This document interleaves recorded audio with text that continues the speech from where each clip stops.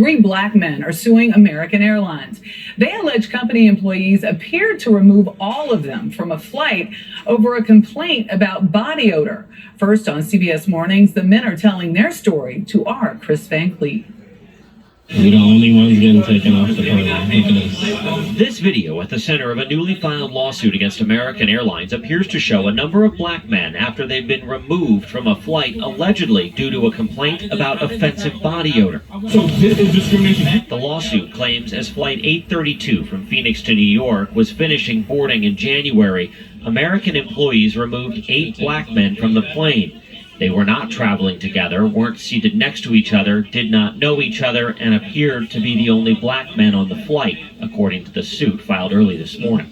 As I got my things and walked to the front of the plane and made a left to the jet bridge, I noticed that there was 7 other black men. And that kind of was like, okay, what's happening here? For plaintiffs Emmanuel Jean Joseph, Alvin Jackson, and Xavier Veal, Flight 832 was a connection. They'd taken an earlier flight from Los Angeles without issue. It was just black men. So I started freaking out. I pulled out my phone to record everything. At any point, did somebody from American say to any of you that you had an offensive odor? No. The lawsuit claims over the course of about an hour, the men were kept in the jetway and then moved to the gate area where they were told they'd be rebooked on another flight to New York later that day, and alleges an American employee indicated the complaint about offensive body odor had come from a white male flight attendant. A gate agent seen in the video at one point seems to agree race was a factor in the men getting pulled off the flight. Just because of the color of my skin. Okay. But when another flight to New York couldn't be found, they were put back on the same plane. Had to go back on the plane with everybody looking at us, for me, very uncomfortable. Everybody staring at me.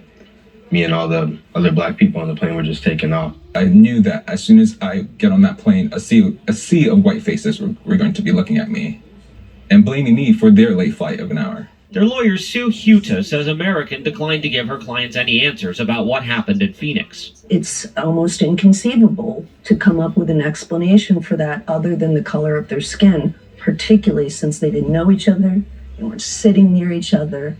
It seems fairly apparent that race was part of this dynamic. The lawsuit cites other recent incidents where passengers have alleged being discriminated against by American and a 2017 NAACP travel advisory urging members not to fly the airline. It was lifted about 8 months later. We were discriminated against. The entire situation was racist. Do you think if you were anything other than a black man, this would not have happened? If I was a white person, it probably wouldn't have happened.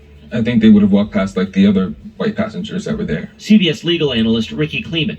The plaintiffs may really have no interest in money, and they may have a sincere interest in making a public statement about racial discrimination by a major airline. Is this kind of case a tough one to win at trial? The question at trial really is about what are the protocols of American Airlines. And they better have some, and they better have done something with these particular employees in terms of discipline after this action. American Airlines tells CBS News it takes all claims of discrimination very seriously and says in a statement, our teams are currently investigating the matter as the claims do not reflect our core values or our purpose of caring for people. The lawsuit seeks unspecified damages. Nate? Chris, thank you.